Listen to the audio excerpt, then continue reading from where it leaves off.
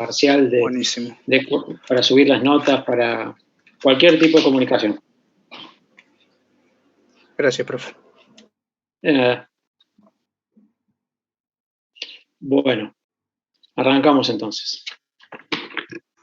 A ver, digamos, después de las primeras clases que tuvimos, donde hicimos una especie de repaso de lo que venían viendo en introducción a la economía, de la parte macro, ¿sí?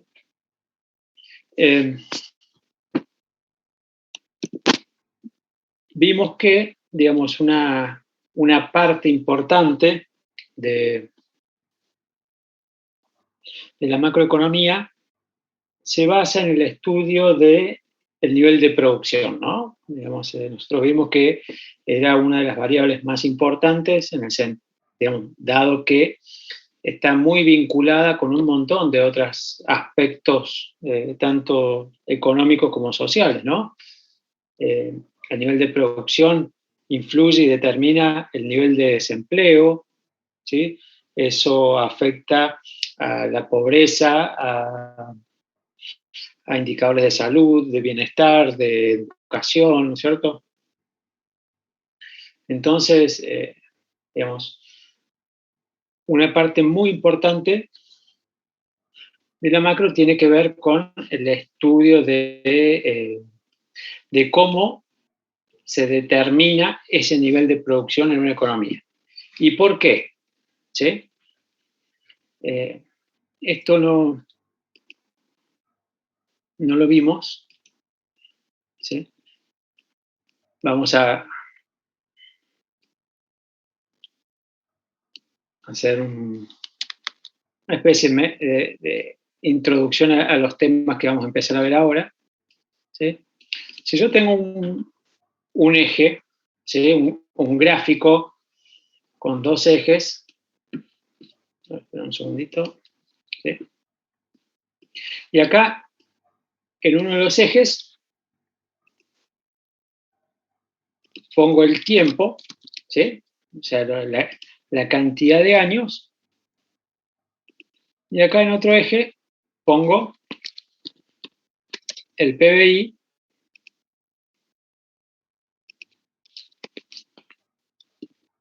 o, digamos, el ingreso, que es equivalente. ¿Se acuerdan cuando ustedes oímos los métodos de medición del PBI o del producto? Nosotros veíamos que a través del método del gasto, el PBI lo medíamos por lo que sería la parte de arriba del esquema de flujo circular, y que bajo ciertas condiciones, ¿no es cierto?, si no había impuestos indirectos o subsidios, era equivalente también al PBI que medíamos por la parte de abajo del flujo circular, que es medir el ingreso, ¿sí? Es decir, medir la suma de la retribución de los distintos factores de la producción. Entonces, nosotros cuando hablamos de ingreso, estamos hablando de que estamos midiendo el nivel de producción de una economía. Bueno, bien. Entonces, si nosotros, ¿qué vamos a ver en este eje? Vamos a ver cómo va cambiando el nivel de producción a lo largo del tiempo, ¿no? Bien. Bueno.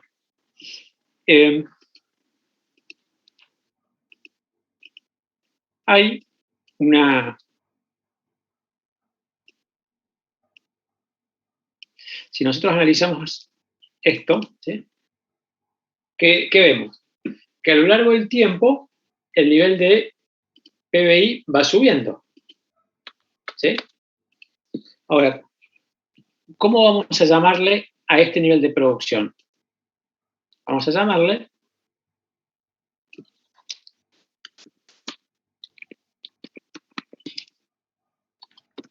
el PBI potencial. ¿Qué es el PBI potencial?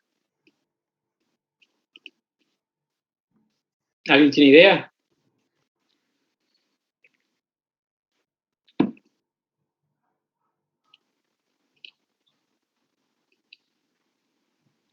¿Se acuerdan cuando en introducción a la economía... ¿El nivel máximo puede ser, profesor?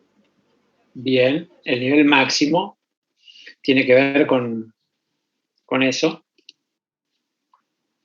¿Se acuerdan en la introducción a la economía? Óptimo máximo, óptimo técnico puede ser, algo de eso era. Eh, No recuerdo que uno era el máximo y ¿Eso qué es? ¿Qué gráfico de qué era eso? ¿Se acuerdan? La frontera de producción. Tal cual, la frontera de posibilidad de producción, ¿no? Acá teníamos, supónganse,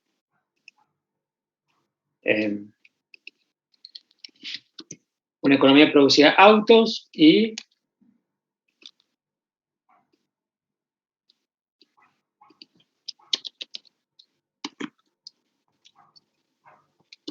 alimentos, ¿no? Entonces, esto me mostraba a mí las máximas combinaciones de autos y alimentos que podía producirse en esta economía. ¿Sí?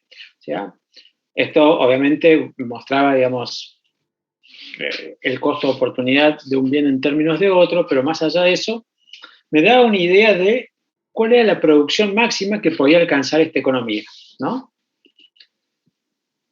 Bien, ahora, esta producción máxima que podía alcanzar, no sé por qué, esta producción máxima que podía alcanzar, ¿de qué dependía? ¿No? Dependía ¿Cómo, de... profe? los recursos.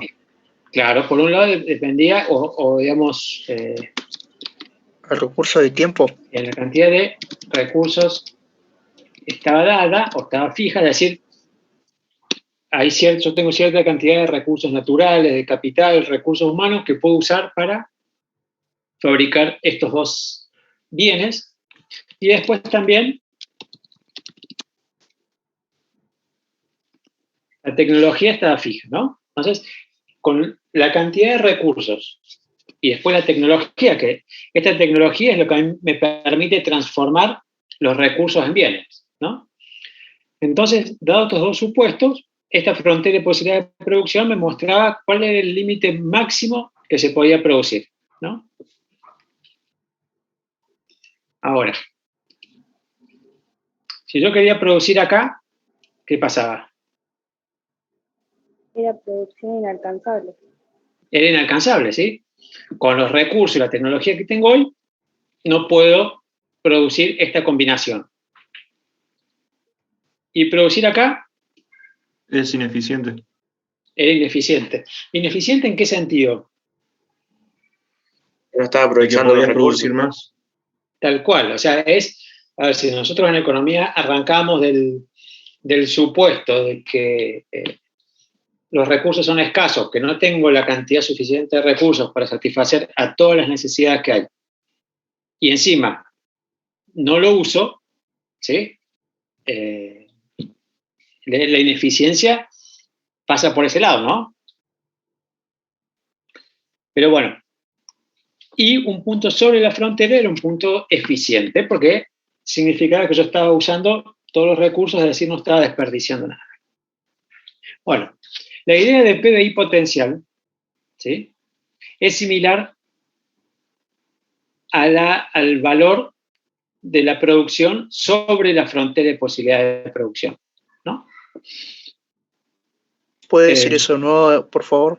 ¿Sí? El producto potencial, ¿sí?, en realidad el producto potencial es el valor del producto que se alcanza al utilizar todos los recursos de la economía de manera eficiente. O sea, sería el equivalente a estar sobre la frontera de posibilidad de producción, ¿no? Es decir, produciendo de una manera eficiente utilizando todos los recursos. ¿Sí? Ahora, fíjense ustedes que este PBI potencial va subiendo a lo largo del tiempo, normalmente en los países. ¿Sí? Es como que esta frontera de posibilidades de producción, a lo largo del tiempo, se va desplazando, va aumentando. Ahora, ¿por qué puede aumentar? ¿Por qué se podría desplazar la frontera de posibilidades de producción? Innovación tecnológica, más recursos. Tal cual, es si se movían estos dos supuestos que tenemos acá, ¿no? Entonces, en las economías, ¿sí? La cantidad de recursos y la tecnología suele ir incrementándose a lo largo del tiempo. Y es por eso que este producto potencial tiende a ir subiendo, ¿sí? Ahora, ¿qué es lo que hace que esto cambie? ¿Sí? Es decir, ¿por qué suben la cantidad de recursos o por qué se producen avances tecnológicos? ¿Sí? Es la explicación a esos fenómenos, ¿sí? O la explicación de por qué en las economías crece el PBI potencial, ¿sí? La trata de estudiar lo que se llama la teoría del crecimiento económico, ¿sí? Es decir, trata de ayudar a entender por qué las economías a largo plazo, es decir, en periodos de tiempo bastante amplios, pueden incrementar su base de recursos y su nivel tecnológico de forma tal de tener un producto potencial más alto. ¿Sí? Bien, bueno. Hasta ahí todo lindo. Ahora, ¿es esto, digamos, este PBI potencial, es el que se verifica generalmente en la economía? No, puede ser variable. Lo más normal es que, digamos, no sea el valor de producción que se registra año a año. Es decir, la producción real normalmente en una economía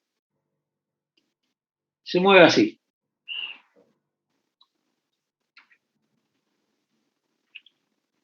¿Sí? La producción real suele fluctuar alrededor del producto potencial. ¿Sí?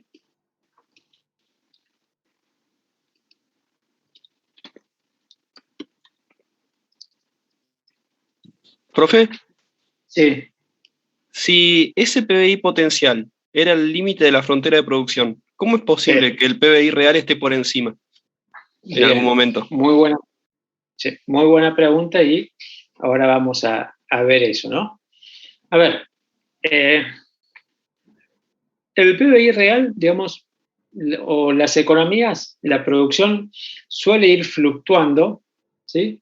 Generando ciclos económicos. ¿Sí? Hay momentos donde la producción sube, ¿sí?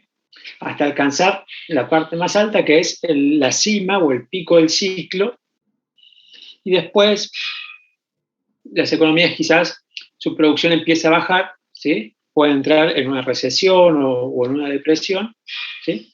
Es la parte baja del ciclo o el valle, ¿sí? Y después suele retomar nuevamente, ¿no? Estos movimientos son, digamos, se producen normalmente en periodos no muy cortos de tiempo, así acá estamos hablando, digamos, el periodo que va entre el pico de un valle, perdón, entre el pico del ciclo y el otro pico, es decir, todo un ciclo, ¿sí? Suelen ser periodos de varios años, pero ahora, ¿sí? ¿Por qué se puede dar que la producción, como decían, o preguntaba alguien recién, por qué el PBI puede real estar por encima del potencial? ¿Sí? Y tiene que ver con una cuestión de definición, ¿no? Porque nosotros dijimos que el PBI potencial era el nivel máximo de producción que se podía alcanzar si se utilizaban todos los recursos de forma eficiente. ¿Sí? Entonces, en realidad, a ver, esto es un nivel o es un valor teórico, ¿no? No se puede calcular al centavo, ¿sí? Es una estimación. Y la clave está en la palabra cuando usamos o cuando decimos utilizando los recursos de manera eficiente, ¿no? ¿Qué quiere decir eso? Quiere decir que para este cálculo del PBI potencial se considera que las personas trabajan jornadas semanales, no sé, de 40 horas, o sea, 8 horas por día.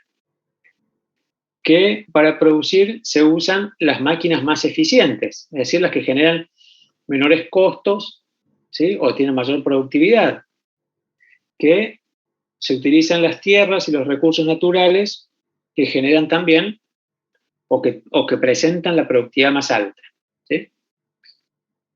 Entonces, digamos, siguiendo esa línea o siguiendo esos supuestos, se obtiene un nivel de PBI potencial.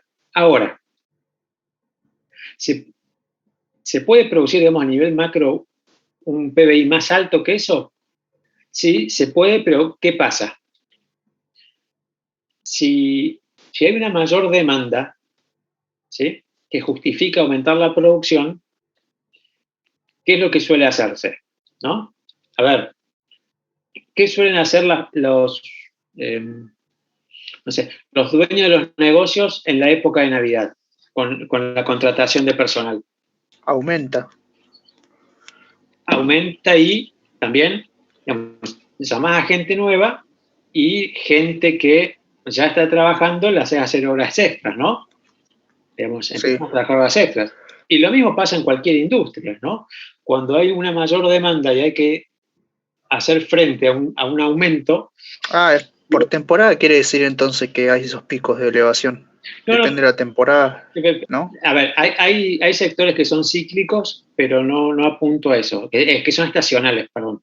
Hay industrias y sectores de actividad que son estacionales, pero a lo que voy es a otra cosa. Si se da un aumento en la demanda por algún motivo, hace falta echar manos a los recursos que son menos eficientes, ¿no? Quizás yo empiezo a cultivar tierra que no es la mejor, entonces voy a tener menor rendimiento. Voy a empezar a usar máquinas que no son las más eficientes, ¿sí?, sino que me consumen más energía, más combustible, que me producen menos, que, ¿cómo es? Que se rompen más y las tengo que arreglar porque son viejas, pero bueno, digamos, si ya estoy usando todo el resto al tope de la capacidad y yo me doy vuelta y lo que encuentro es lo menos bueno, bueno, tengo que usarlo, ¿no? Si no hay mano de obra disponible en el mercado y tengo que empezar a pagar horas extras o tengo que empezar a ofrecer salarios más altos para que alguien esté dispuesto a dejar su trabajo y venir a mi empresa, ¿sí?, porque en el mercado no hay disponibles, ¿sí? Eso pasa, digamos, en situaciones donde los recursos se están usando en forma plena, ¿no? Que sería la situación de estar cerca del producto potencial. Entonces, todas esas situaciones, ¿sí?, ¿qué me generan a mí o a cualquiera como empresario en el sentido de alguien que produce algo? Eso me genera a mí, digamos, cuando yo tengo que pasar a usar recursos que son menos eficientes, cuando tengo que empezar a pagar salarios más altos. Un aumento de costo. Me genera un aumento de costos, ¿no? Y ese aumento de costos, yo como empresario, ¿qué hago? Influye en el precio directo. Tal cual, ¿sí? O sea, si a mí la demanda me hace generar, me hace tener que utilizar recursos que son menos eficientes y como consecuencia de eso me genera un aumento de costos, yo lo voy a trasladar, ¿sí? Entonces, cuando ese aumento de precios, ¿sí?, o ese aumento de la demanda que se traduce en ese aumento de precios, se mantiene de una forma sostenida en el tiempo, ¿cómo se llama?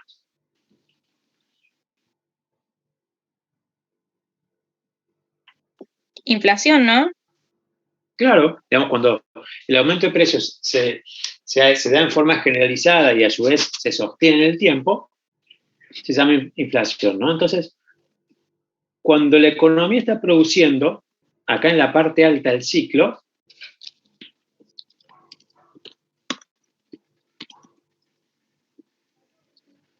se puede generar una situación en la cual se empiezan a producir presiones inflacionarias. ¿no? Justamente porque al tener que usar recursos que son menos eficientes, al tener que pagar un valor más alto para poder conseguir insumos o insumos de mano de obra y de cualquier tipo,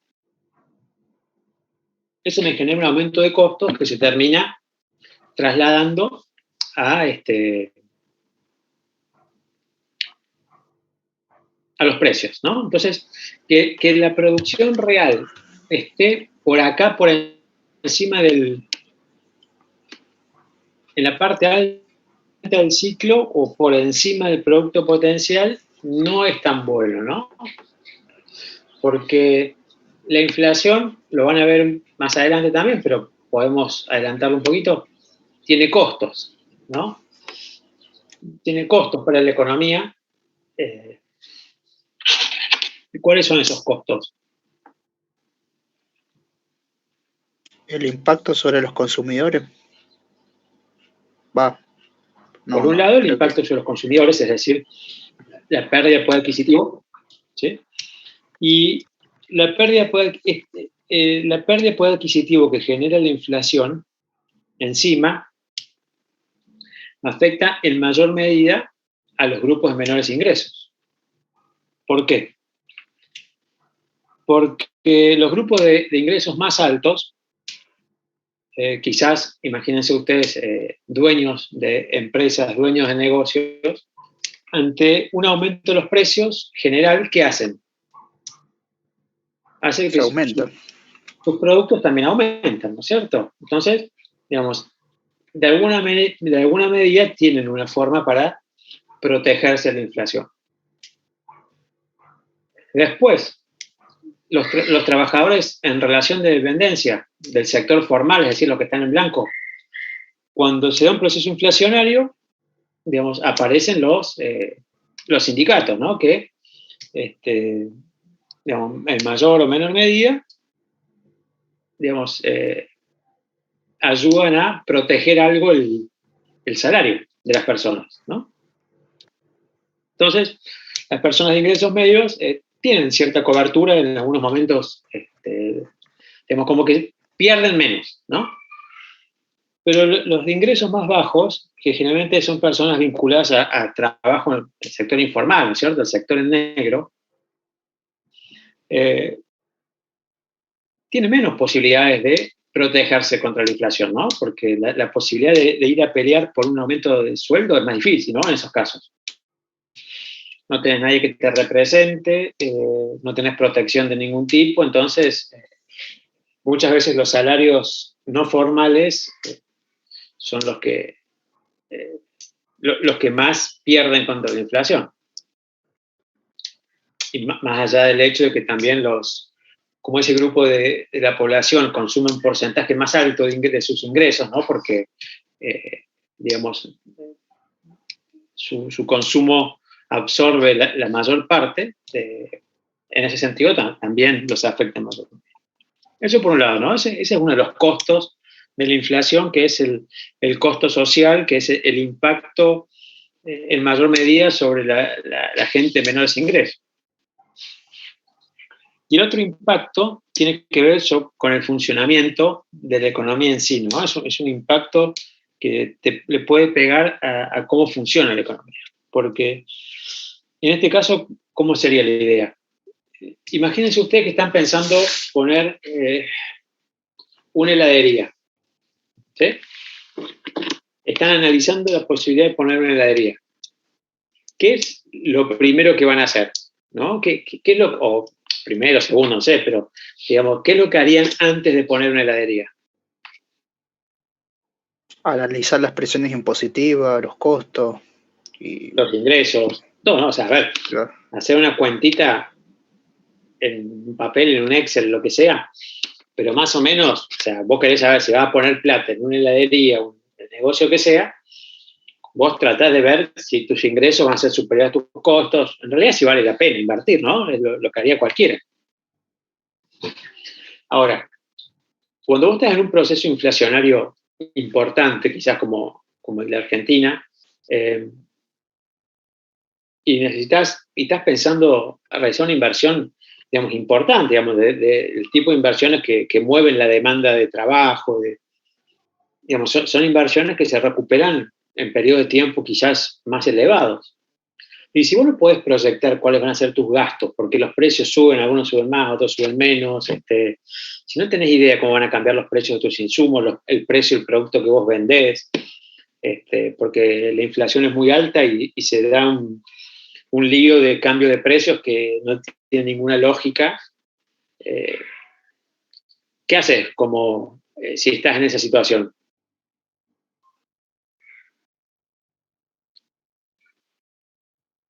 Y no invertir si hay incertidumbre. Tal cual, ¿sí? Entonces, la existencia de inflaciones elevadas durante periodos largos de tiempo te genera una caída del nivel de inversión de la economía. Porque si vos no sabes si vas a recuperar la plata, lo que vas a hacer es frenar un cachito, esperar a ver si se acomoda y después, si se acomoda, efectivamente, sí invertir. Pero si no sabes cuánto van a ser tus costos el año que viene, y por ahí capaz que es demasiado arriesgado realizar algún tipo de inversión, entonces decidís posponerlo. Entonces, fíjense ustedes que estar acá en la parte alta del ciclo durante periodos prolongados de tiempo no siempre es bueno, porque pueden generar este tipo de costos para la economía, ¿no? Digamos, si la inflación se la sostiene durante mucho tiempo, puede generar problemas para el funcionamiento, ¿no? Puede retroalimentar. Y si vos no invertís, estás minando tu capacidad de producción futura. Entonces, lo que te genera eso es más presión sobre los precios, porque va a caer la oferta. Entonces, digamos, entras como en un círculo vicioso donde la inflación te genera impacto sobre el funcionamiento, ¿no? Y bueno, si estás por acá abajo del ciclo,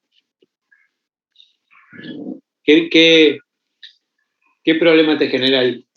¿Presiones deflacionarias puede ser? Sí, los precios no suelen bajar mucho, ¿no? Es medio raro ver que bajen los precios. Y justamente acá. Sí. No he visto muchos ejemplos. Pero bueno, sería como estar en la parte de adentro de la frontera de posibilidad de producción, ¿no? Eso quiere decir que no estás usando todos los recursos de manera eficiente, en el sentido de que en la economía hay recursos que están ociosos, ¿sí?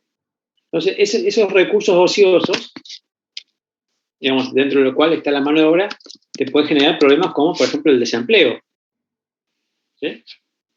Con todas las consecuencias que un aumento del desempleo genera al resto de indicadores, ¿no? Como de los que hablamos recién, ¿sí? De la pobreza, de la desigualdad, de salud, de educación, de seguridad, de un montón de otras cuestiones, de otros aspectos sociales y económicos que, digamos, están siendo influidos por un aumento del desempleo.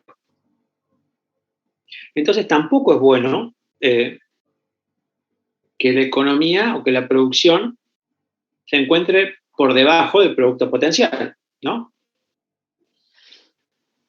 Entonces lo que vamos a hacer nosotros a lo largo de la materia es estudiar un modelo, ¿sí? Estudiar una teoría que nos va a permitir hacer ¿qué cosa? ¿Sí? Nos va a permitir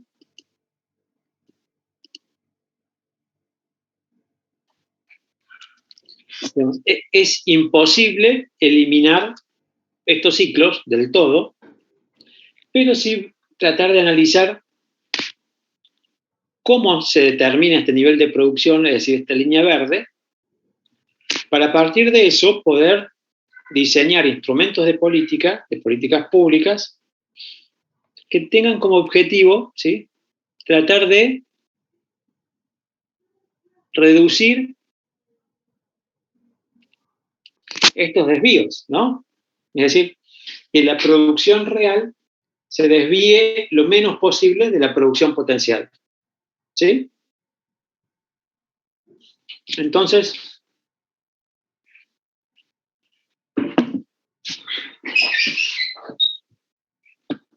eso, ¿sí?, es lo que se denomina, lo que vamos a ver nosotros a lo largo de esta materia, es la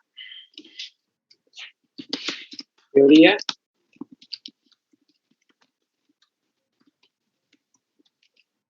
de la estabilización económica, ¿sí? O sea, fíjense ustedes que tenemos estos dos aspectos importantes dentro de la macro, que es la teoría del crecimiento y la teoría de la estabilización. La teoría del crecimiento intenta explicar por qué crece el producto potencial a largo plazo, ¿sí? Es decir, por qué aumenta la cantidad de recursos, por qué se dan progresos tecnológicos, por qué aumenta la productividad de una economía. Y después, la otra parte, que es la teoría de estabilización, lo que hace es, intenta, a través del desarrollo de sus teorías y modelos, ¿sí?, encontrar herramientas para que la producción real, ¿sí?, la producción efectiva de una economía, se desvíe lo menos posible de ese producto potencial. ¿Sí? Entonces nosotros vamos a ver esta teoría de la estabilización en la materia. Bien, entonces,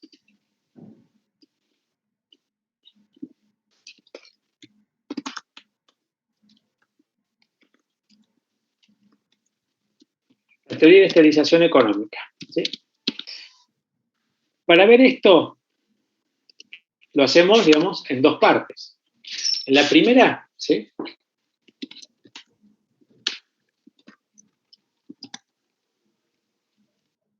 perdón, ¿se pasó?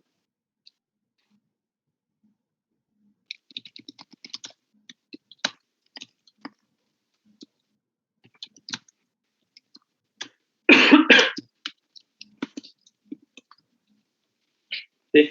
Hay que analizar cómo se determina el ingreso de equilibrio. Es decir, tenemos que ver cómo se define esta línea verde. Es decir, cuál va a ser el nivel de producción de una economía dados ciertos conjuntos de parámetros. ¿Sí? Dadas las características que tiene una economía, cuál va a ser su nivel de ingreso de equilibrio o su producción de equilibrio. Es decir, va a estar en la parte de arriba del ciclo, va a estar en la parte de abajo. Entonces, primero tenemos que ver cómo se encuentra ese ingreso de equilibrio. Y en una segunda parte, digamos, como nosotros queremos evitar que ese ingreso se desvíe demasiado el producto potencial, ¿sí?, hay que aplicar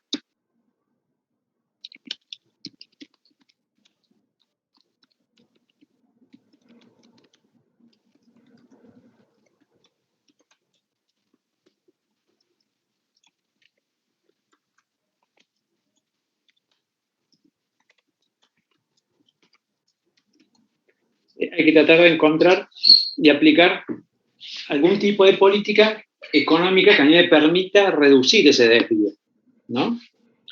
Entonces, primero tenemos que decir, bueno, a ver, ¿cómo encontramos que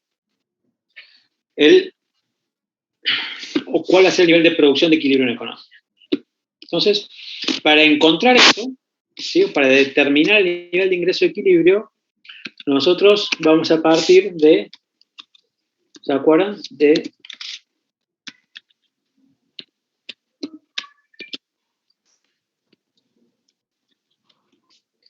esta forma, ¿no? Esta fórmula, perdón. Esta fórmula, ¿sí?, que es la que me decía que es el ingreso, ¿sí?, o que esta es la forma para medir el nivel de producción a través del método del gasto, ¿no? Donde el nivel de producción era la suma del consumo de los diferentes agentes. Esto es en términos de contabilidad nacional, ¿sí? Ahora, ¿por qué se daba que para la contabilidad nacional siempre lo que se producía era igual, ¿sí?, la demanda agregada, que era esta parte de acá? ¿Por qué siempre la producción de una economía es igual que lo que se demanda para las cuentas nacionales? ¿Se acuerdan?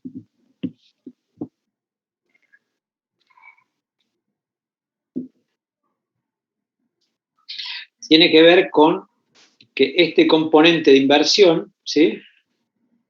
Acá teníamos de inversión bruta más o menos la variación de existencia, ¿no? Entonces, si la producción era de 1000 y se demandaba por 900, bueno, la variación de existencias asumió un valor de 100 y la producción terminaba siendo igual que la demanda agregada. El tema está que cuando la variación de existencias era positiva o negativa, significaba que se estaba produciendo más o menos que lo que la gente efectivamente estaba demandando, ¿no? Si yo produzco 100 y me demandan por 900, produzco 1000 y me demandan por 900, estoy produciendo de más. Entonces, no es un nivel de equilibrio. Entonces, la variación de existencias es la variable que me daba a mí la señal para saber si la producción tenía que subir, tenía que bajar o estaba en equilibrio, ¿no? Entonces, a partir de esa situación, ¿sí?, se determina que una economía va a estar en equilibrio solamente cuando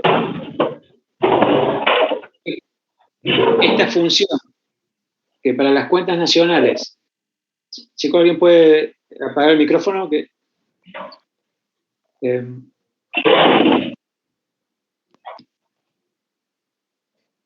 Esta función que para las cuentas nacionales, chicos, no sé quién tiene el micrófono prendido.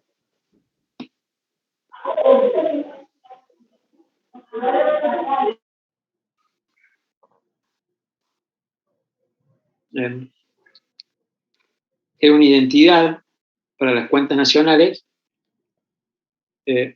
porque es una cuestión que se cumple siempre, porque siempre se va a ajustar este componente de variación de existencia, ¿no? Pero en términos de un concepto de equilibrio, ¿sí?, es decir, cuando esto pasamos de considerarlo una identidad a considerarlo una igualdad, es decir, hay que encontrar los valores,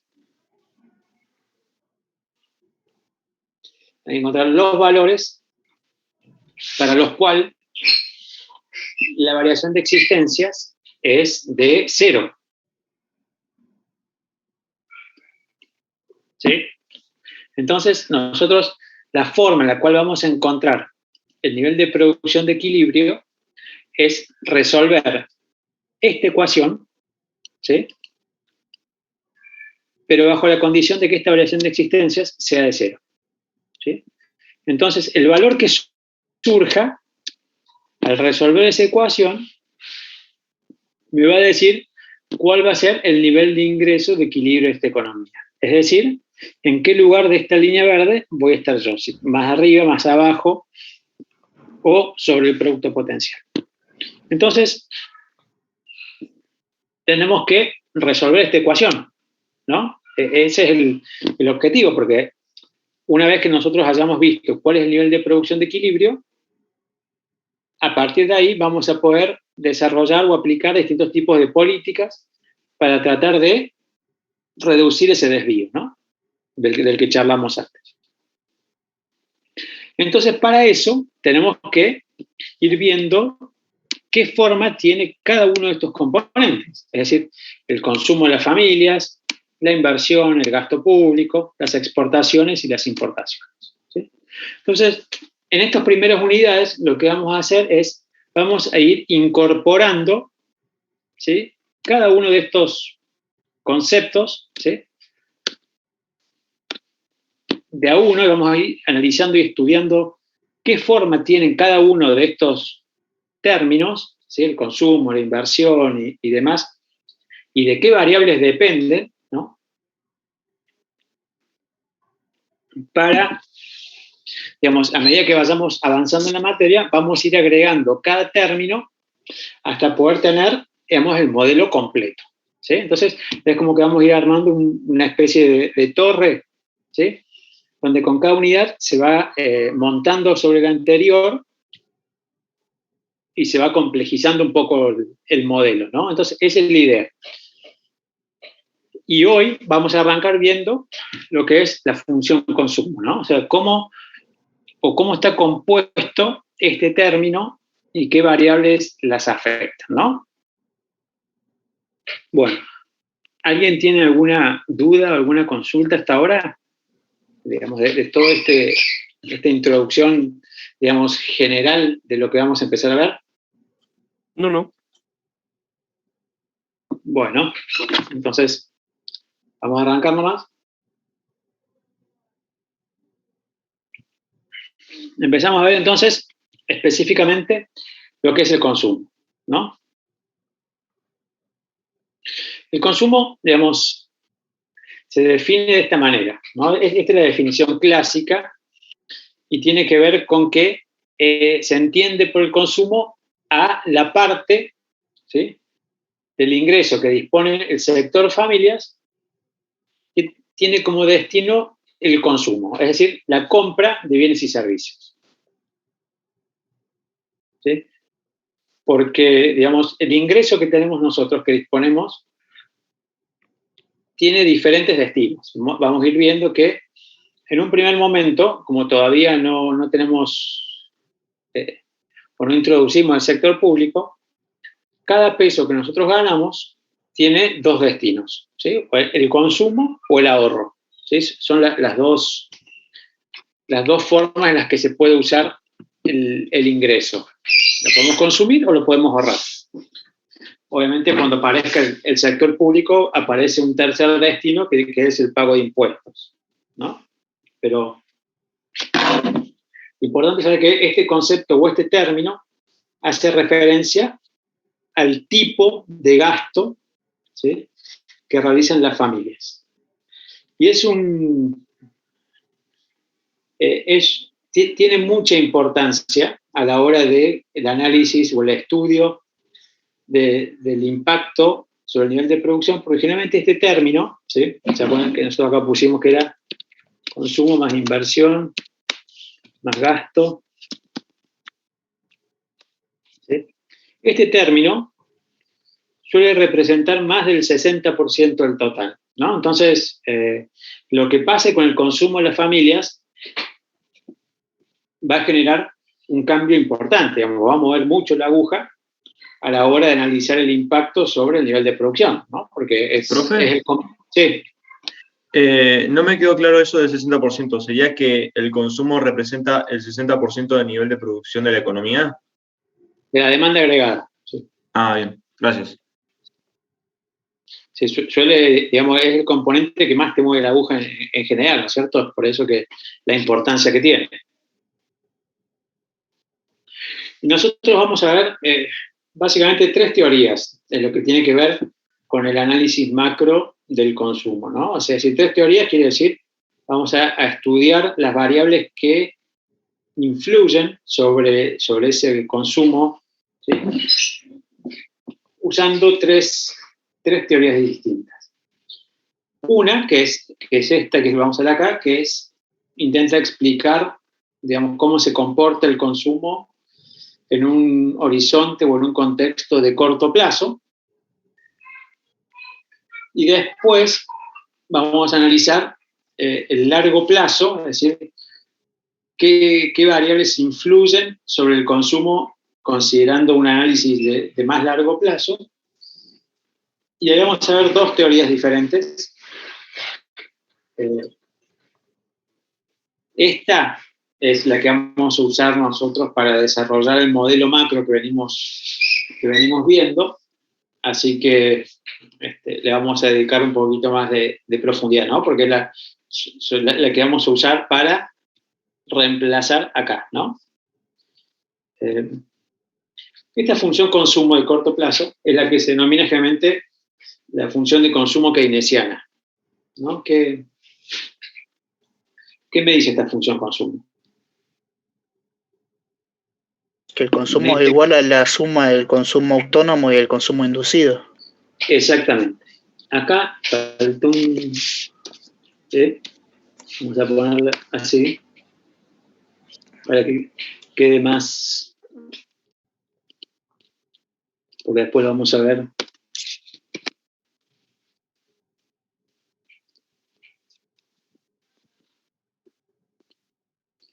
Esto quiere decir que el consumo en el periodo T ¿sí? O sea, el consumo en el año 2021, ¿sí?, va a ser igual a la suma de dos componentes. Uno es el consumo autónomo y uno el consumo inducido, ¿sí?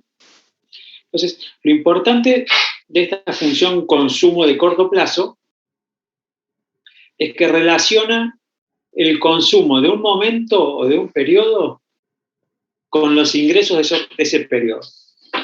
Es decir, cuando los ingresos son altos, el consumo es alto. Cuando los ingresos son bajos, el consumo es bajo, ¿no?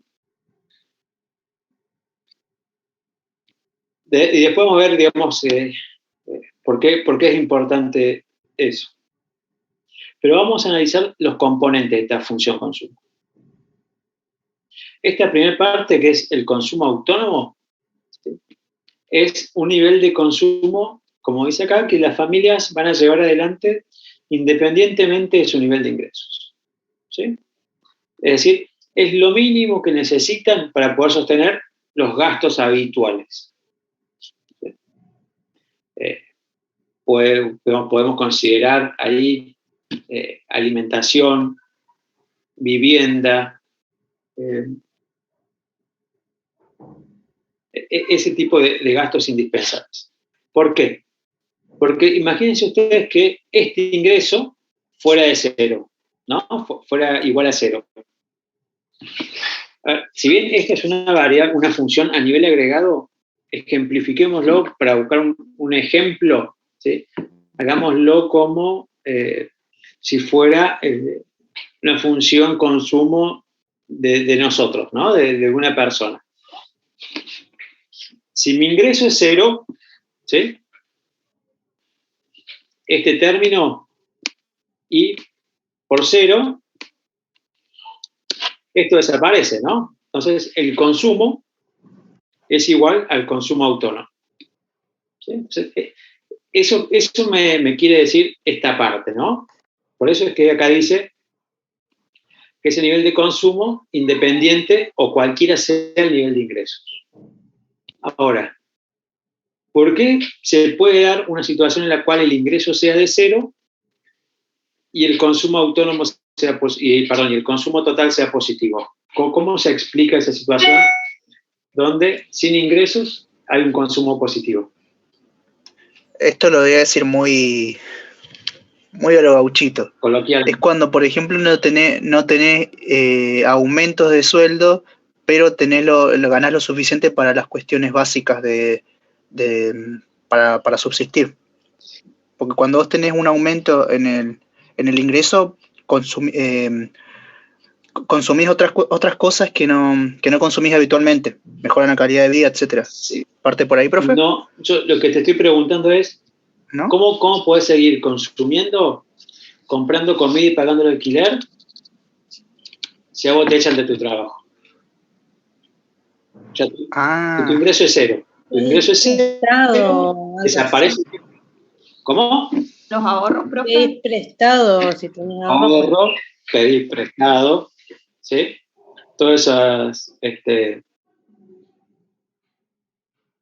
todas esas formas, digamos, a las cuales podés echar mano para tratar de, digamos, a ver, no te podés quedar sin comer, pedir fiado, pedir prestado, no sé, usar los ahorros, como decían recién. Pero bueno, esa situación, digamos, eso te permite a vos mantener un consumo positivo por más que tu ingreso sea de cero, ¿sí? Y eso está dentro del componente autónomo, ¿sí? Ahora, si vos perdiste tu trabajo y podés seguir consumiendo esto, porque usaste ahorros, porque pediste prestado, ¿qué pasa si vos no conseguís trabajo durante un año? Durante un año tus ingresos son cero. El consumo autónomo también va a ser cero. Claro, o sea, vos ya no te van a aguantar más. En la despensa, el dueño de tu casa no te va a esperar más que le pague el alquiler después. Entonces ya no vas a poder seguir manteniendo ese nivel de consumo. ¿sí?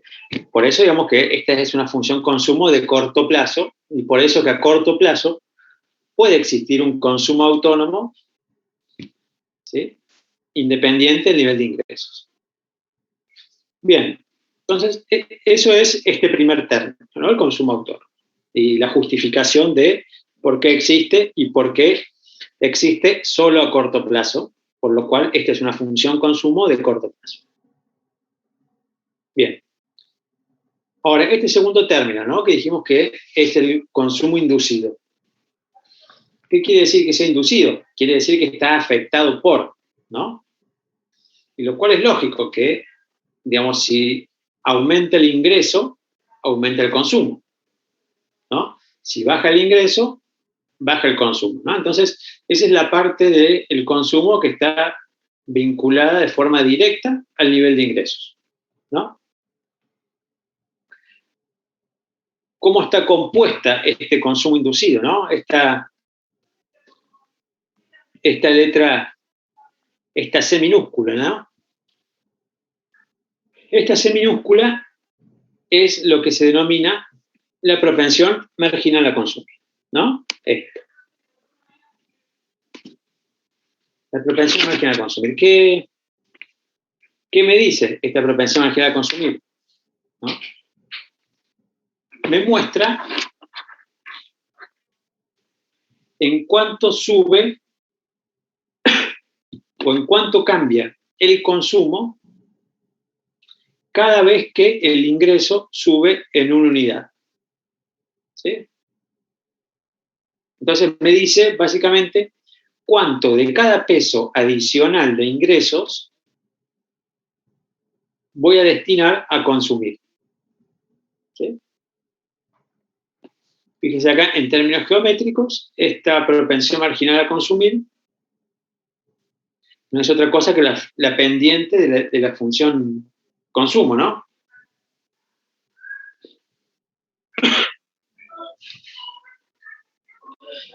Entonces, digamos, ¿qué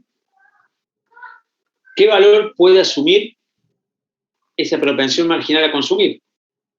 ¿No? Esa propensión marginal tiene que estar entre 0 y 1. ¿Por qué? Porque de cada peso adicional que yo recibo, lo máximo que puedo destinar a consumir es un peso, ese peso completo.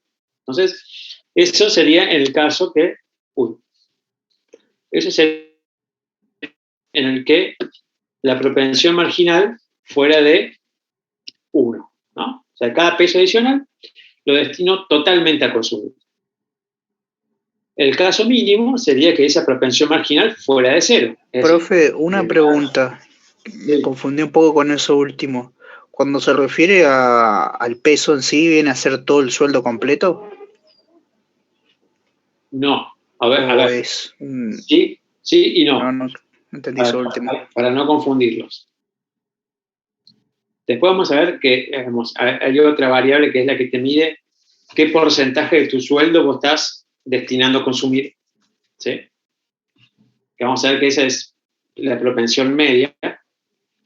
Pero esta propensión marginal, el concepto marginal, ¿sí? Hace siempre referencia a cómo cambia un total cuando una variable cambia en una unidad, ¿no? Ese es el concepto de marginal en economía.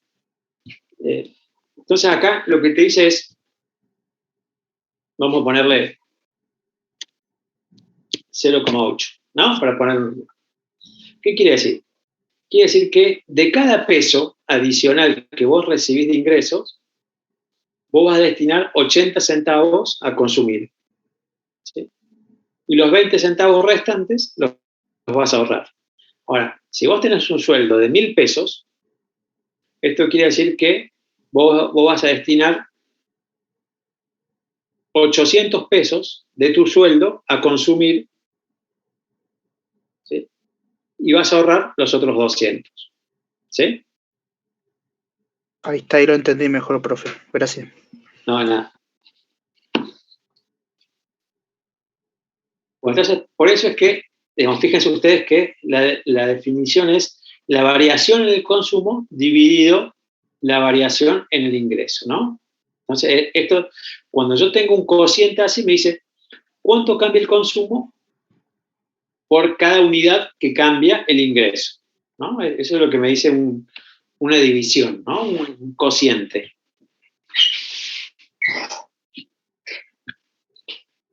¿Vamos hasta acá, chicos? ¿Alguna otra consulta? Yo tenía una duda, profe, más que nada acerca de la bibliografía, de dónde podíamos sacar más material. Esto lo que vamos a ver hoy y el lunes está, digamos, en el libro de Dorbush, está ahí, ¿eh? ¿Hay algún capítulo exacto o nada en especial? Sí, está, hay una unidad que se llama consumo, o función consumo, no me acuerdo bien cómo es el... Pero, digamos, en el libro también está dividido así por consumo, por inversión, por sector público. Igual en la parte del sector público, Rosana les va a dar otro material, ¿no? Pero en el libro las unidades también están divididas de esta misma manera, como en el programa, ¿no? Buenísimo, profe, gracias. Listo. ¿Dónde estaba? Ah, ahí está. Ahora me... Seguimos entonces. Bueno. Eso es lo que yo les decía recién con respecto a la diferencia de lo que es entre la propensión marginal y la propensión media a consumir, ¿no? Esta propensión marginal, que es la C minúscula,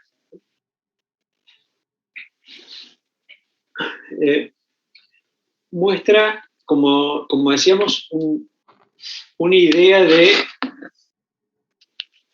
consumo incremental, ¿no? Es decir, en cuánto sube el consumo si mi ingreso sube o baja en una unidad. Mientras que el concepto de propensión media a consumir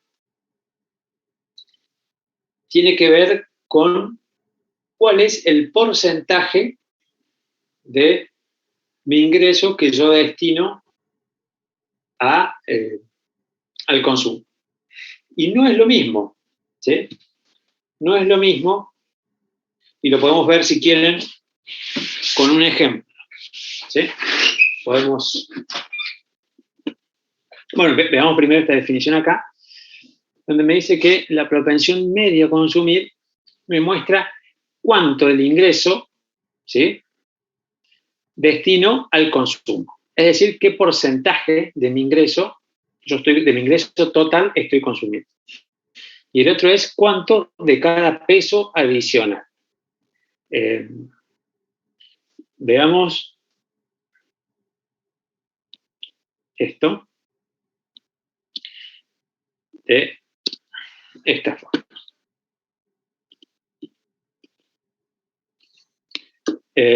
Vamos a suponer una función consumo que sea 500 más 0,8 del ingreso, ¿sí?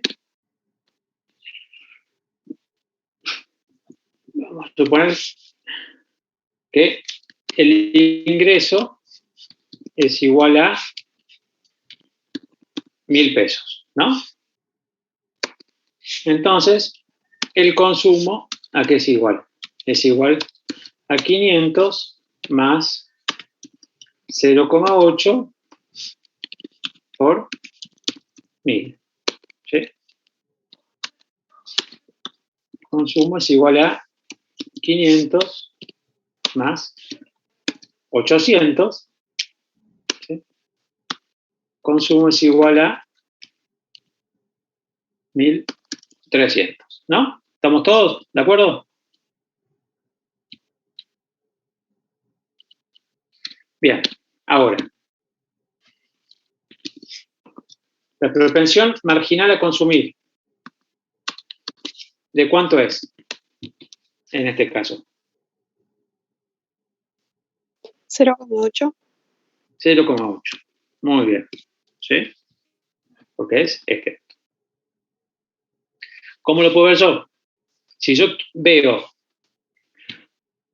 cuánto cambia el consumo, supongamos ahora que el ingreso, ¿sí?, es igual a 1001. ¿Qué me queda acá? Que el consumo es igual a 500 más, perdón, ahí está, más 801.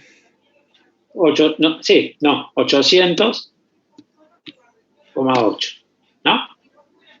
Como 8.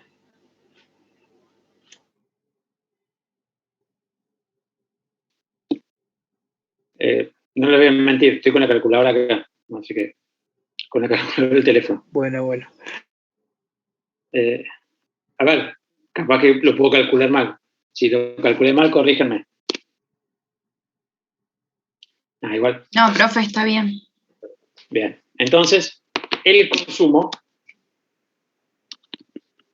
es 1300,8, ¿no?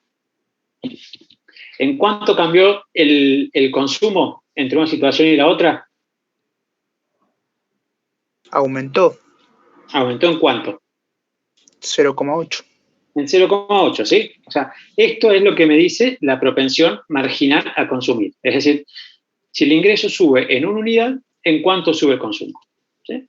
Entonces, el consumo aumentó en 80 centavos. Cuando el ingreso subió en 1 peso, el consumo subió en 80 centavos y los 20 centavos restantes, ¿sí?, porque yo ahora gané 1 peso más, esos otros 20 centavos los ahorro, ¿no? Bien, eso es la propensión marginal, ¿sí? Ahora,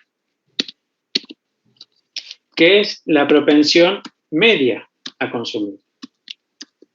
¿Qué dijimos que era? Es qué porcentaje, ¿sí?, nos muestra cuánto del ingreso yo destino a consumir. Y fíjense ustedes acá, ¿sí? Esta es la fórmula. Es la función consumo dividido el ingreso, ¿sí? Por lo tanto, la propensión media, ¿a qué es igual? Es igual a el consumo, es decir, yo tengo que, ¿el consumo qué es? Esto, ¿sí? 1300, ¿sí? El consumo dividido el ingreso. Por lo tanto, la propensión media a consumir es, el consumo es de 1300 cuando el ingreso es de 1000, ¿sí? Esto me da que la propensión media a consumir es de 1,3, ¿sí? ¿Qué quiere decir eso? Que yo en promedio estoy consumiendo 1,3 veces mi ingreso, ¿sí? ¿Por qué estoy consumiendo más que mi ingreso? Porque tengo este consumo autónomo, ¿no? Ahora supongamos otro ejemplo donde el ingreso es de 5.000 pesos, ¿sí? Este es el ejemplo, vamos a poner A, donde el ingreso es de 1.000. Este es el ejemplo B, donde el ingreso es de 5.000. ¿Cuánto es el consumo en este caso?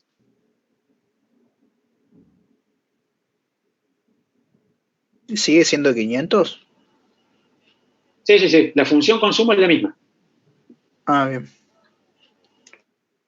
Nada más que ahora El consumo va a seguir siendo el mismo. El consumo de No. 1300. No, porque vas a tener... perdón. A ver, vamos a poner si vamos a sacar 4.500. Claro. El consumo es igual a 500 más 0,8 por 5.000, ¿no? el consumo es igual a 500 más 4.000. Cuando el ingreso es de 5.000, el consumo es de 4.500, ¿no?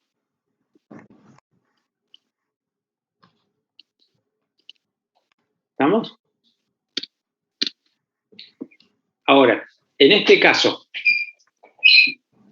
la propensión marginal a consumir, ¿cuánto es? 0,8. 0,8. Sigue siendo la misma porque la función consumo no cambió. La función consumo sigue siendo esa, ¿no?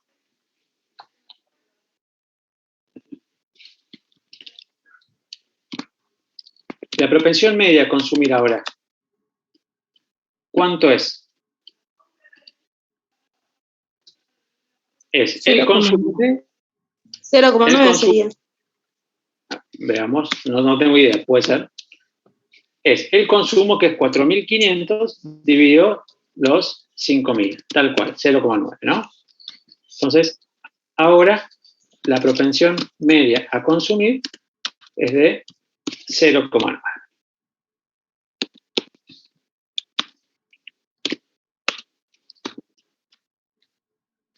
Si el ingreso es de 15.000, ¿cuánto es el consumo? Total, final. El resultado. 12.500. ¿Cuánto? 12.500. 12.500, ¿sí? ¿Y la propensión media a consumir? 0,8. No, perdón, la media no. ¿Cómo?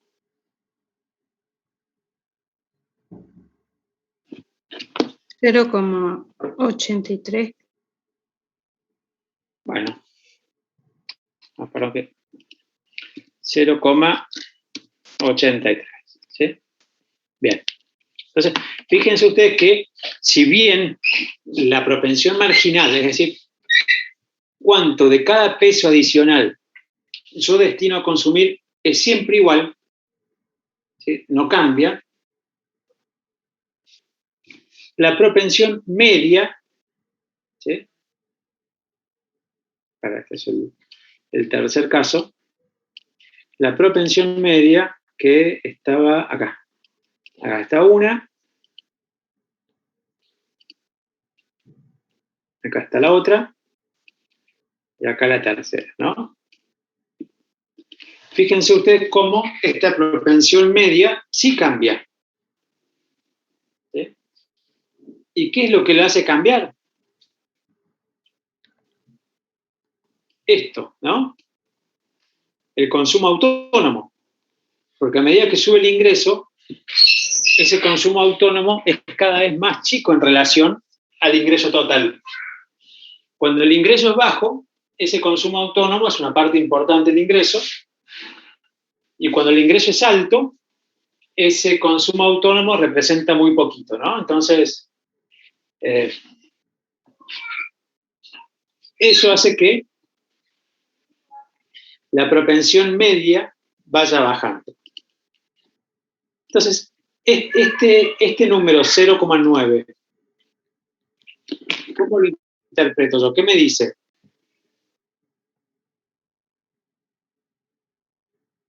Que necesito 0,9 del ingreso para consumir. ¿Puede ser? Sí, pero al revés. No es que Sí, necesite. consumo 0,9 veces mi ingreso. Claro, quiere decir que yo destino al consumo el 90% de mi ingreso. ¿Sí? Acá en este caso, yo destino el 83% de mi ingreso al consumo, ¿no? Profe, entonces en el primer ejemplo hay un déficit. Claro, porque vos fíjate, vos tenés un ingreso de 1.000 y estás consumiendo 1.300. En realidad hay un desahorro, o sea, ese mes no llegaste a fin de mes y tuviste que sacar plata de tus ahorros, ¿no? Por decirlo de alguna forma. ¿Sí? Bien. Bueno, entonces, ¿qué? Profe, una consulta. Sí. ¿Por qué en el primer caso el medio te da 1,3? ¿No se supone que tiene que ser entre 0 y 1? Pues, no, se tiene que ser el consumo nada más. No, entre 0 y 1 es la propensión marginal, esta. Me había confundido, ahí está. ¿Sí? Esa es la que tiene que ser entre 0 y 1.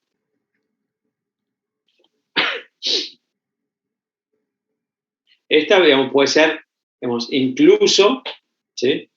Si mi ingreso fuera de 0, ¿no? ¿Cómo sería la propensión media a consumir? Si yo uso esta fórmula.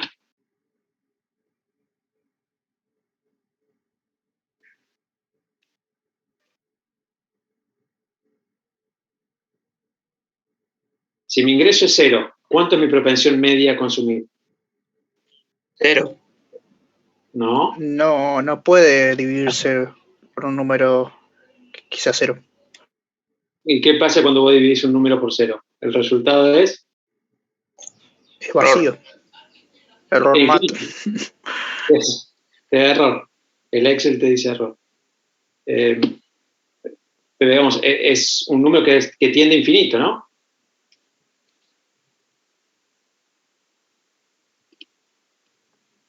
Entonces, a niveles muy bajos de ingresos, la propensión media es muy alta. ¿Sí? Profe. Sí. Si la propensión media te da mayor a 1, tenés un déficit. ¿No? ¿Cómo? Claro. Que si la propensión media es mayor a 1, te da un déficit. Tal cual. Quiere decir que estás consumiendo más que tu ingreso. Bien. Bueno, entonces, fíjense, a niveles muy bajos de ingresos, la propensión media es alta, y a medida que va subiendo el nivel de ingresos, va bajando esta propensión media, o sea, va bajando el porcentaje de mi ingreso que yo destino a consumir, ¿no? Eso es lo que dice esta teoría. Ahora, yo les pregunto a ustedes, ¿tiene sentido eso?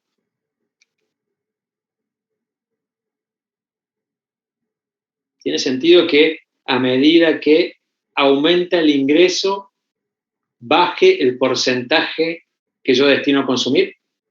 ¿Tiene lógica? No. O sea, ¿qué quiere decir? Que vos, a medida que ganás más, consumís un porcentaje más alto. Sí, la mayoría de las veces. Mientras más ganás, más consumís. No viene así que tenés un mayor porcentaje. Consumís menos de tu sueldo y hay más ahorro. Una cosa es el valor absoluto de lo que consumís, que ganás más y consumís más, y otra cosa es qué porcentaje de ese sueldo destinás a consumir, lo usás para consumir. El 0,8, el 80% de tu sueldo. Cuando aumenta, ese 80% no es el mismo cuando tenías más bajo. O sea, en definitiva te queda más ahorro. Si yo te digo, vos estás trabajando cualquiera y tiene un sueldo de 20.000 pesos, ¿no? Y tenés que pagar un alquiler y comer. ¿Sí? ¿Qué porcentaje de ese sueldo vas a destinar a consumir?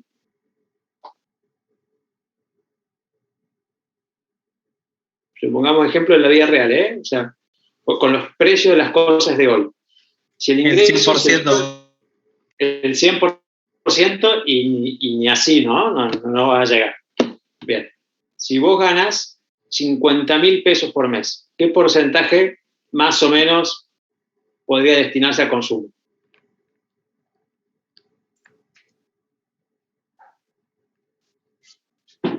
Depende de dónde alquiles, el 90, ¿no? Bueno, pero más o menos, digamos, si seguís manteniendo... Entre el 80 y el 90%, capaz. Ponele, entre el 80 y el 90, porque te das un lujito más, no sé, digamos, no te da la gran vida, pero te permitís algo más. Si mañana pasás a ganar 500.000 pesos por mes, ¿no? Seguramente vas a consumir más. Pero ¿qué porcentaje de tu ingreso vas a consumir? Va a ser menor. Lo menos. Un 10%, 20%. Ponele que te dé una linda vida y consumas el 50%. ¿No? Ajá. O sea, a medida que uno gana más, seguramente gasta más en términos absolutos. Pero en términos relativos, es decir, en porcentaje de mi ingreso, tiene sentido de que a niveles de ingresos más altos, disminuye. El porcentaje que se destina al consumo sea menor, ¿no? Hablando en términos de porcentaje, no de total. ¿Sí? Porque seguramente a medida que aumentan los ingresos, va a cambiar tu consumo, ¿sí? Ustedes lo vieron como la elasticidad de ingreso. Pero a medida que vos vas satisfaciendo tus necesidades básicas primero y después otras necesidades que te van a llevar, sí, a aumentar tu consumo, aumentar tu gasto total, pero, a ver, a medida que siga aumentando, si ponele vos gastás, te das una buena vida y gastás el 50%, o sea, gastás 250.000 pesos por mes, ¿no? Ganando 500. Ahora, si al mes siguiente pasás a ganar 1 millón, ¿no? ¿Cuánto vas a gastar más? Y seguirás gastando los 250, ¿no? Sí, o capaz que un poquito más si querés darte más lujos. Un gusto extra, porque no sé, ¿no? Claro, pero ¿cuánto? Menos del 50%, ¿no? Entonces, digamos, vos podés ir aumentando tu consumo, pero lo lógico es que el porcentaje de ese ingreso vaya reduciéndose, ¿no? Y eso es lo que dice esta teoría, ¿no? O sea que la propensión media a consumir, a medida que aumente el ingreso, es decir, cuando pasa de 1.000 a 5.000 a 15.000, digamos, el consumo total aumenta. Cuando el ingreso es de 1.000, se consumían 1.300. Cuando el ingreso es de 5.000, se consumían 4.500. Cuando el ingreso es de 15.000, se consumían 12.500. O sea, siempre que aumente el consumo, el ingreso, aumenta el consumo. Pero lo que disminuye es el porcentaje de ese ingreso que yo destino a consumir, que es la propensión media a consumir, ¿no? ¿Sí? ¿Se entiende la idea? Chicos, ¿alguna duda, alguna consulta? ¿Podrías volver a la diapositiva anterior para ver la fórmula? Dale. Es esta, ¿sí? O sea, es el nivel de consumo sobre el nivel de ingresos, y el nivel de consumo no es otra cosa que el consumo autónomo más el consumo inducido sobre el ingreso. O sea, está abierta esta fórmula.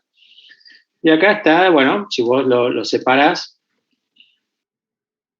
y después te queda que el consumo autónomo sobre el nivel de ingresos, más, está de más acá, la propensión marginal de consumo. Profe, ¿le puedo hacer una consulta? ¿Puede ser que en el ejemplo que recién dio, la propensión marginal a consumir también baje a medida que pasa el tiempo y tus ingresos suben? Porque ya con lo que vos te alcanzaba antes, por ejemplo, entonces cuando ganaba 250.000 pesos y ya te alcanzaba con 80.000 para satisfacer tu consumo y tu consumo autónomo también, cuando aumentes tu ingreso, tal vez que no vas a seguir gastando ese 80%. ¿Por qué? Porque ese 80% de ahora de 500.000 no es lo mismo que el 80% de 250.000. ¿Me entendés? Ese 0,8 ya cambió. No vas a seguir gastando. Por eso puede ser que también esa proporción marginal también se reduzca. Sí, pero eso es como si fuera como una especie, ponerle escalera. No, yo con los ejemplos que acaba de dar usted, por eso. Sí, Todos los sí, ejemplos sí, que acaba de sí. Pero a ver, los números que puse eran números muy, muy extremos, ¿no? Para mostrar, digamos, la diferencia o el efecto de por qué baja la propensión media. Bueno, lo que vos decís también es cierto, porque en realidad en una sociedad, nosotros, o en una sociedad, se separan los grupos, o se puede separar o discriminar, no discriminar en el buen sentido, ¿no? Se pueden separar, en el sentido de separar, los diferentes grupos en función de su ingreso promedio, si querés, o en función de la distribución del ingreso, y se ve que los grupos que tienen diferentes niveles de ingreso promedio tienen diferentes propensiones marginales a consumir. ¿Sí? Entonces, lo que vos decís es cierto, o sea, los grupos de ingresos más bajos de la población tienen una propensión marginal a consumir alta. ¿Sí? Tienen una propensión marginal a consumir alta porque son grupos donde quizás las necesidades todavía no están satisfechas, entonces de cada peso adicional que reciben, destinan prácticamente todo el consumo. ¿Sí? Si vos te vas a un sector quizás medio de la población, ¿sí? Quizás al recibir un peso adicional, destinarán algo a consumir para darse, no sé, un gusto más, y destinarán una buena parte al ahorro, capaz que mitad, a ver, digo números, por decir, ¿no? Bueno, si vos te vas al segmento alto, de ingresos muy altos, ¿sí? De cada peso adicional que reciban, seguramente van a destinar muy poco o nada a consumir y van a destinar la mayor parte a ahorrar. Entonces, la propensión marginal a consumir dentro de una sociedad, ¿sí? Es diferente en función de los grupos separados en función de su nivel de ingresos. Entonces, lo que vos decís es cierto, o sea, la propensión marginal el nivel de ingresos tiene un efecto sobre la propensión marginal a consumir. ¿Sí? O sea, con los ingresos altos, o el grupo o la población de ingresos altos, tiene una propensión marginal más baja que los grupos de ingresos altos. Yo no la hice cambiar en el ejemplo porque quería mostrar el impacto sobre la idea de la propensión media, ¿no? Pero es cierto lo que decís vos. Igual, después lo van a ver en algunos ejemplos de la parte práctica, cómo en realidad la propensión marginal a consumir, supongamos que esta función consumo representa toda la economía, esta propensión marginal es en realidad un promedio ponderado de las propensiones marginales de los diferentes grupos, ¿no? Que son distintas en función del nivel de ingresos. ¿Sí? No sé si me expliqué bien. Profe. Sí. Si lo queremos poner en un gráfico, ¿cómo quedaría? ¿O eso no lo tenemos que hacer en el gráfico? ¿A qué cosa? A las propensiones medias y eso que estábamos haciendo recién. Bien, ahora ya llegamos ahí. Ahora vamos a ver qué forma tiene la propensión media y marginal. Bueno. Perdón. A ver. Bueno, esta es la función consumo, ¿no? Este es el nivel renta o ingreso, ¿sí? Entonces, fíjense ustedes, este valor acá, ¿sí? La ordenada al origen, ¿qué es? El consumo autónomo, ¿no? ¿Sí? ¿Se ve? Sí, profesor. Acá serían, según los ejemplos que venimos viendo, los 500, ¿no?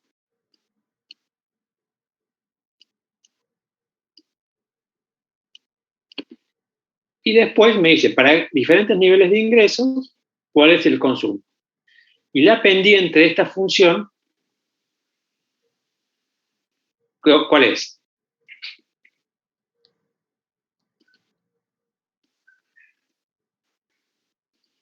¿Cuál es la pendiente de la función consumo? ¿Qué me muestra a mí la pendiente de una función cualquiera? Pues si yo digo y es igual a 0,8. Más. Bien, 0,8, ¿pero por qué? Porque la pendiente de una función lineal o de una función siempre me muestra a mí cómo cambia la variable dependiente cuando la independiente cambia en una unidad, que no es otra cosa que la propensión marginal, ¿no? Entonces la pendiente es 0,8, ¿sí? Si sube el consumo autónomo, esta función consumo se desplaza hacia arriba. Si baja el consumo autónomo, la función se desplaza hacia abajo. Y si por algún motivo cambia la pendiente, esta función rota, ¿no? Si la pendiente sube, si la propensión marginal sube, esta función se va hacia arriba. Y si la propensión marginal baja, esta función se va hacia abajo, ¿no? Acá vemos lo mismo, ¿no? Y acá vemos ya empezamos a ver un poquito este tema de encontrar el nivel de equilibrio de la producción, ¿no? ¿Se acuerdan que nosotros dijimos que el ingreso, ¿sí?, es igual a la demanda agregada? La demanda agregada, ¿qué es igual? Al consumo, más la inversión, más el gasto, más las exportaciones, menos las importaciones, ¿sí?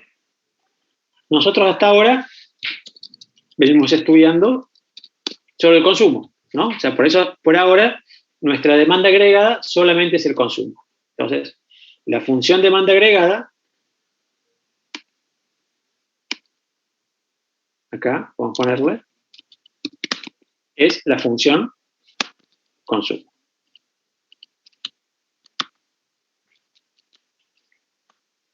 ¿Sí? ¿Y qué es? Esta que veíamos acá, esta misma, ¿no? Entonces, fíjense ustedes que, ¿para qué es esta recta de 45 grados? ¿Se acuerdan de Introducción a la Economía? ¿Para qué es esta recta de 45 grados? ¿Qué me...? Bien, pero ¿por qué está una recta de 45 grados?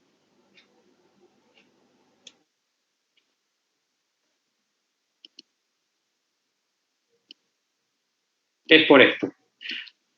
¿Por qué?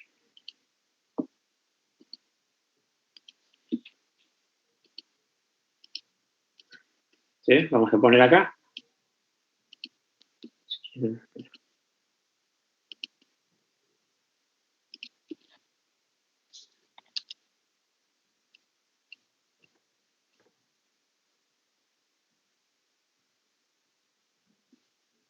Una recta de 45 grados, lo que me permite a mí es que en cualquier lugar de esta recta, ¿sí?, esta distancia horizontal es exactamente igual que la distancia vertical. ¿Sí? Acá no sé si estará justo a escala, pero bueno, es la idea, ¿no? Entonces, sobre cualquier punto de esta recta de 45, ¿sí?, si quieren, podemos ir acá, ¿sí?, en esta, acá, quiere decir que esta distancia horizontal tiene que ser igual que esta distancia vertical, ¿no? Porque es una recta que corta el cuadrante exactamente a la mitad. Entonces, si yo acá mido ingreso, producción, y acá demanda agregada, quiere decir que en cualquier punto sobre esta recta de 45 se cumple esta condición, que es lo que yo estoy buscando, ¿no es cierto? Encontrar cuál es el punto en el cual la producción es igual a la demanda agregada, ¿sí? Entonces, cuando yo tengo solamente la función consumo, el lugar donde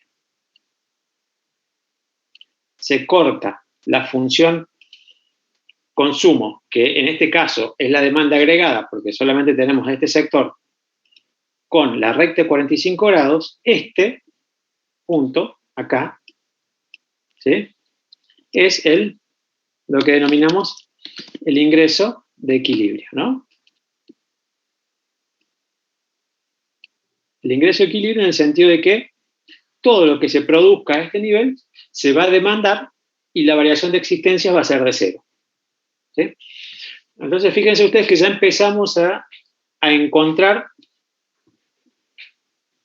cómo se determina el nivel de producción en una economía, ¿no?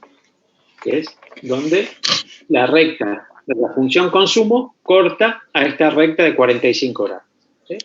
Después ya lo vamos a hacer matemáticamente también, y vamos a encontrar, a ver un concepto que es el concepto del multiplicador, y vamos a ver, digamos, conceptualmente que es uno de los conceptos más importantes, y ese valor se va a ir complejizando a medida que le agreguemos sectores, ¿no?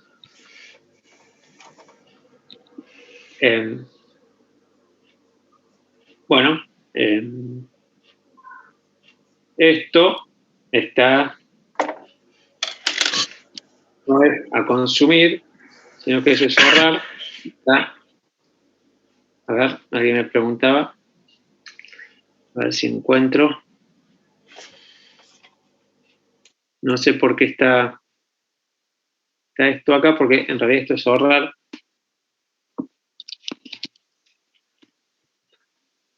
Porque la propensión media a consumir tiene la forma opuesta. No.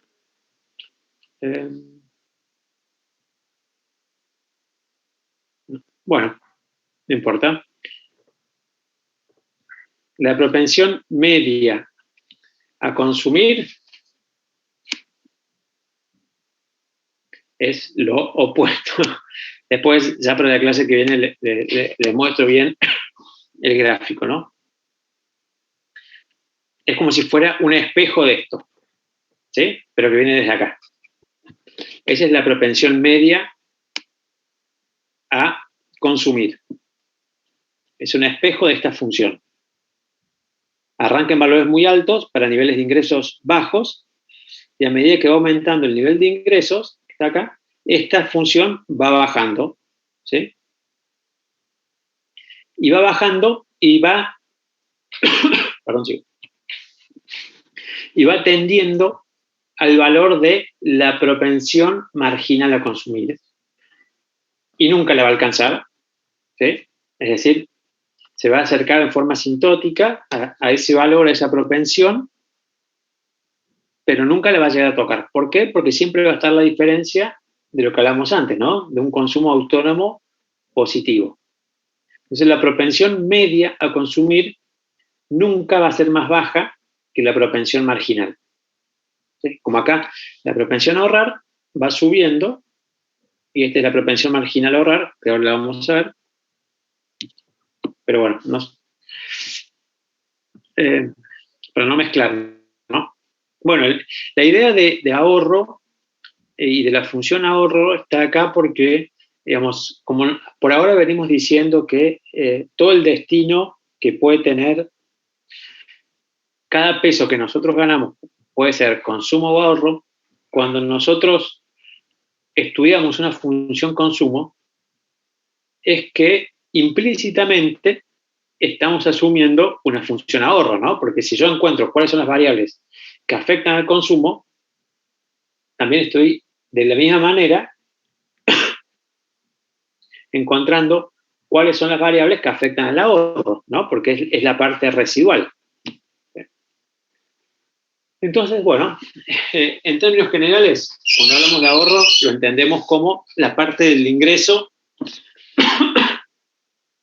que se destina a consumir, perdón, que no se destina a consumir, y... No, chicos, denme un minuto, voy a buscar un vaso de agua. Perdón, ¿eh?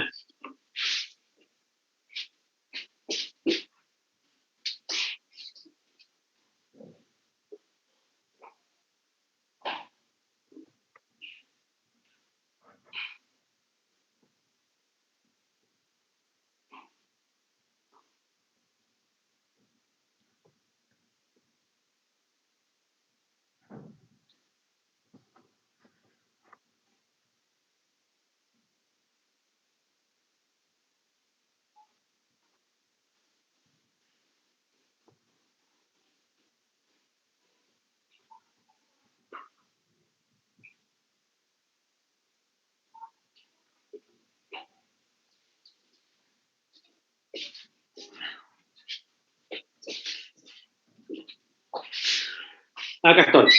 Perdón, o sea, esto de hablar 2 horas sin parar, complicado. Bueno. Estábamos hablando del ahorro, ¿no? ¿Qué significa, no es cierto?, que es la parte del ingreso que no se consume y que tiene como objetivo sacrificar el consumo presente, es decir, yo dejo de consumir ahora para poder aumentar mi consumo futuro, ¿no? Ese es el objetivo final. De la misma forma que teníamos una propensión marginal a consumir, ¿sí?, que me mostraba a mí cuánto de cada peso adicional que yo tengo lo destino a consumir. La propensión marginal a ahorrar me dice que, o me muestra cuánto de cada peso adicional yo destino a ahorrar. Obviamente esa propensión marginal a ahorrar no es otra cosa que lo que sobra, ¿sí?, lo que sobra de la propensión marginal a consumir, ¿no es cierto? Si cada peso yo lo puedo destinar a consumir o a ahorrar, ¿sí?, y yo destino 80 centavos de cada peso adicional a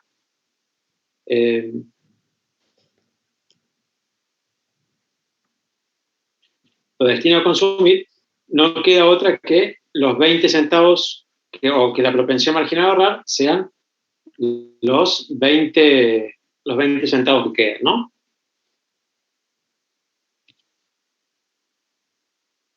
En este caso, esta propensión media a ahorrar es el mismo concepto o la misma idea que la propensión media a consumir, es nada más que analizado desde el otro lado, ¿no? Es decir, mostrando qué porcentaje de mi ingreso yo destino a ahorrar. Y funciona a la inversa de lo que funciona en la propensión media a consumir. Es decir, si la lógica, como veníamos charlando, es que a medida que aumenta el ingreso, baja la propensión media a consumir, ¿sí?, o sea, baja el porcentaje de mi ingreso que yo destino al consumo, ¿sí?, quiere decir que está subiendo el porcentaje de mi ingreso que yo destino a ahorrar, ¿no? Porque es la otra cara de la moneda, el ahorro, ¿no? En este caso, la función ahorro, fíjense ustedes que la función está puesta acá, a ver si... Vamos a verlo primero acá. La función ahorro es esta, se simboliza con la letra S, y es un ahorro autónomo más una propensión marginal a ahorrar por el nivel de ingresos, ¿sí? Ahora, este ahorro autónomo, ¿a qué es igual?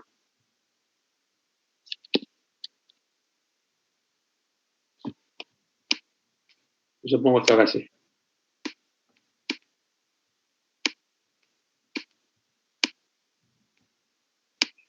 ¿Cuánto es el ahorro que tengo yo si mi ingreso es 0? No tenés ahorro. 0. No. Y si no tenés ingresos, ¿cómo vas a ahorrar? No, tal cual. No ahorrás. Pero, si vos tenés un consumo autónomo que es positivo, en realidad, cuando tu ingreso es 0, tenés un desahorro. O sea, un valor que es menos el consumo autónomo, ¿no? Si el consumo autónomo era de 500, con la otra función, cuando mi ingreso es 0 y yo consumo 500, en realidad en ese periodo mi ahorro es menos 500. Es decir, tengo un desahorro. ¿Se entiende? Profe, ¿por qué se dice desahorro y no un déficit? Porque alguien escribió desahorro pero tenés un déficit, sí.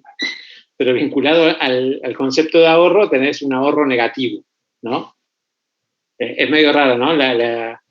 Digamos, nadie habla de un ahorro negativo.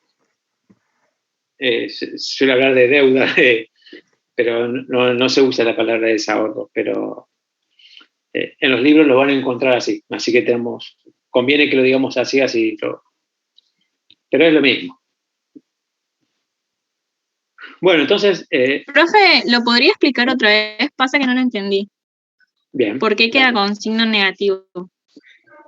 Bien, vamos a explicar. Vamos a hacer así. Esto, vamos a ponerlo acá. Bien. Ahora, ¿se acuerdan la función consumo que teníamos antes? Que era consumo autónomo más la propensión marginal a consumir por el ingreso, ¿no? De acuerdo a la función que teníamos, esto era 500 más, 0,8 por el ingreso, ¿sí? Ese es el consumo.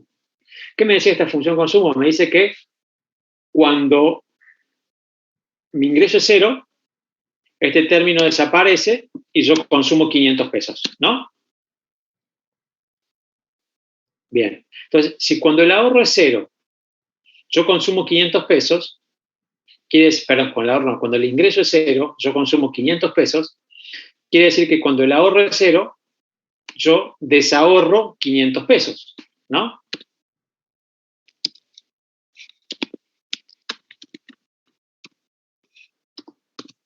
¿Sí? O sea, tengo una pérdida o tengo que ir y usar de los ahorros que ya tenía, tengo que usar 500 pesos. Entonces mi ahorro bajó en 500, ¿no? Si yo tenía 5.000 pesos guardados en mi cajón, este mes tengo que ir y sacar 500, entonces mi ahorro va a bajar en 500. ¿Se entiende? Ah, claro, porque no tenés ingreso, entonces usás lo que tenías antes. Claro, por eso el ahorro autónomo es cuánto se ahorra si el ingreso es 0. Como yo tengo un consumo autónomo positivo cuando el ingreso es 0, ese mismo valor, en signo contrario, con signo negativo, va a ser mi ahorro autónomo. ¿Sí? Bien. Ahora, ¿cuánto de cada peso adicional yo voy a ahorrar?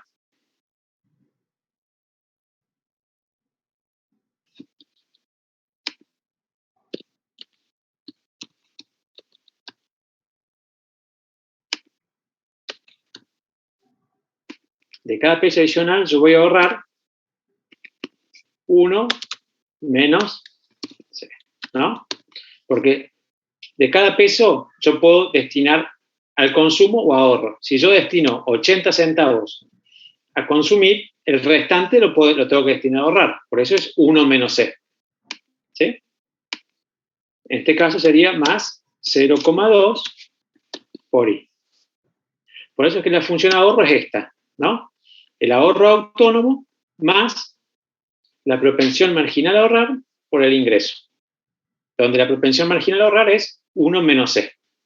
¿Sí? ¿Se entiende? Sí, profe. Sí, profe.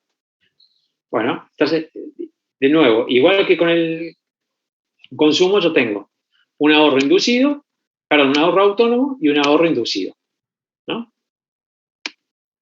Y esto se representa acá. Por eso, fíjense ustedes que la función de ahorro, como yo tengo un ahorro autónomo que es negativo, fíjense ustedes que la ordenada al origen de la función ahorro es negativa. ¿Sí? Entonces, para todos estos niveles de ingresos, el ahorro va a ser negativo. Este es el punto de nivelación, es decir, el punto a partir del cual yo tengo un ahorro positivo, ¿no? Porque hasta este nivel, el ahorro siempre es negativo. Y recién a partir de acá, de este nivel de ingresos, yo empiezo a tener un ingreso positivo. ¿Sí? Bueno, este sería el gráfico de la propensión media a ahorrar propensión marginal a errar, que es lo mismo que decíamos antes, ¿sí? ¿Sí? Con la propensión a consumir, nada más que, como decía, como puesto como en espejo, ¿no?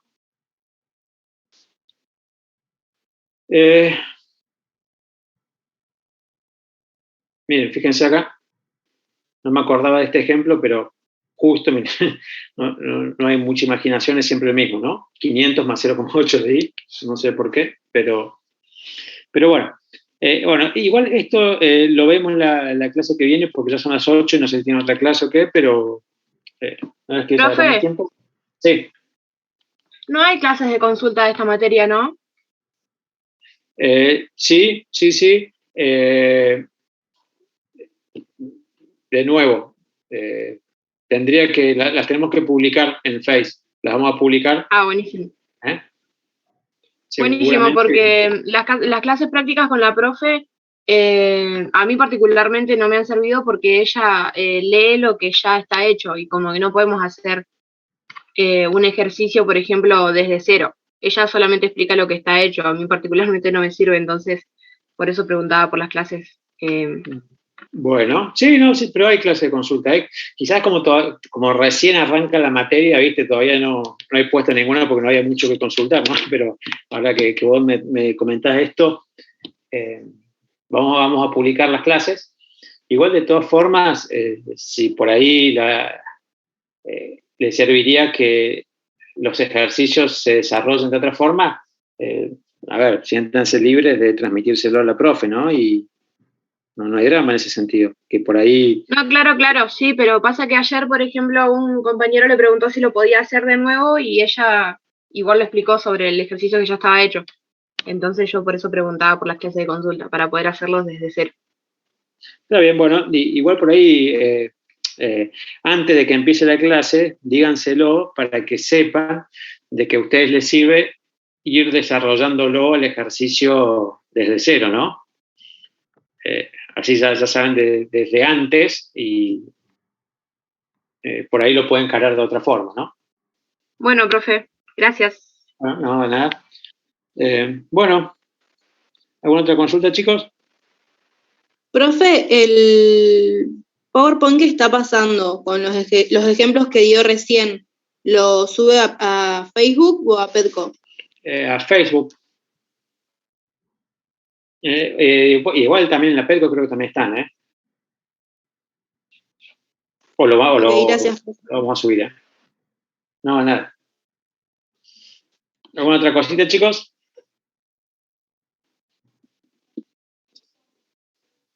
¿No? Profe, ¿usted le va a decir a la profesora sobre grabar la clase, entonces? Sí, yo le transmito eso, bueno. Seguramente les va a comunicar que la respuesta, ¿no? Bueno, muchas gracias, entonces. No, por favor.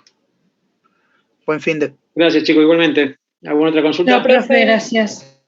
Bueno, gracias. Nos vemos el lunes, entonces. Que anden bien, chicos. Dale. Chao.